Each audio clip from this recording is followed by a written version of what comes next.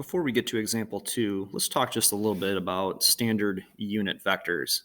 Standard unit vectors are unit vectors in the x, y, and even z direction. Let's plot our first unit vector, and that's going to be vector I. Vector I has a magnitude of 1, it's a unit vector, and it's in the x direction. So there's vector I right there. As a matter of fact, I'm going to write this down, so we'll go two-dimensional here, and we'll go three-dimensional here. So vector I, be careful with this too, you want to put that little half barbed arrow over the top indicating that this is a vector because I could be mistaken for the square root of -1. Mathematicians also use the letter I to stand for the square root of -1. Not in this case though, because we've got that little vector symbol over the top. So in two dimensions, this vector has a length of 1 in the x direction and does not have any y component.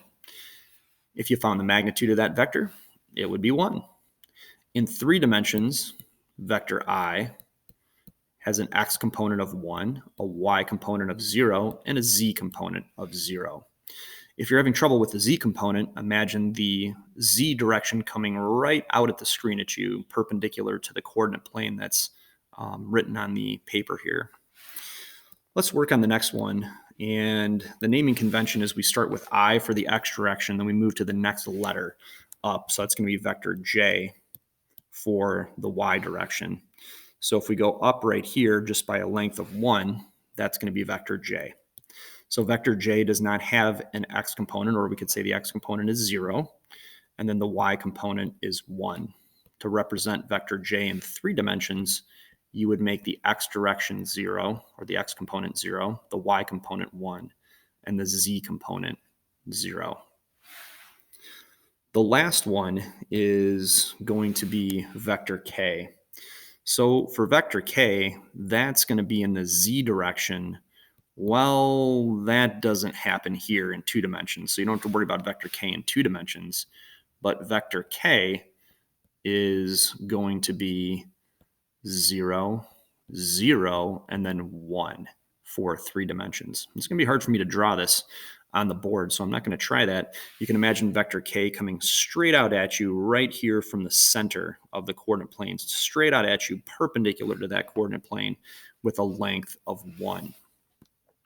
What are we going to do with these unit vectors? Well, any vector can be written as the sum of unit vectors, and that's called a linear combination of unit vectors. So let's practice that here, and then we'll find the magnitude and direction. So for the first one, we've got vector A here in example 2, and we want to write vector A as a sum of unit vectors, then we'll find the magnitude and direction. To represent vector A as the sum of unit vectors, this is pretty easy. Actually, it's just the x component, which is -13. And how many of those vector i's do we need? Well, we need 13 of them, and we want to represent that still with a negative. So we're going to write -13i. Then the next part is going to be -5 and then j. So if you actually did this, here's what it would look like. You would have, oops, so this is the answer, by the way, for the first one, sum of unit vectors. Here you go. Just verifying it, if you did scalar multiplication here with each one of those vectors that we just talked about, here is what it would look like. So you would do -13 here times 1, which is -13. -13 times 0 is 0. And then -5, if we distribute that, we've got 0 here and then -5. We'll just add these up now. So we have -13 and 0. We're looking at this one and this one. That's -13. And then -5 and 0 is -5. So we do wind up right back at vector A. In practice, what all you need to do is write down the scalar multiples as the x, y, and z, or even more components if you have them. But we usually do this with x and y or x, y, and z.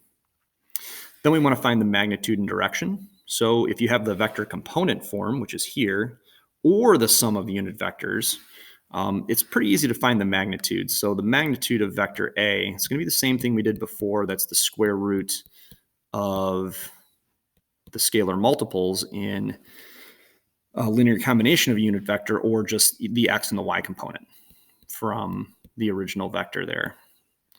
So that's 169 plus 25. And that works out to be 204 here for this one. Actually, that's 194, I think. So we'll do the square root of 194. And the square root of 194, let's see. I think we can break that down into 2 and 97, but then we're going to be kind of stuck there. So we'll leave it right here as the square root of 194.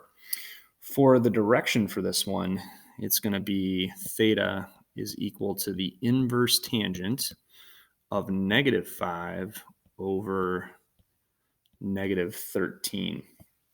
Remember, this is going to be in the third quadrant.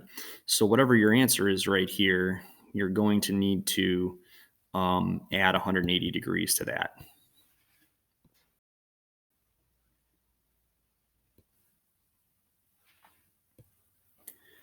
And that works out to be about 21 degrees. And then we'll add those up, giving us an angle of about 201 degrees.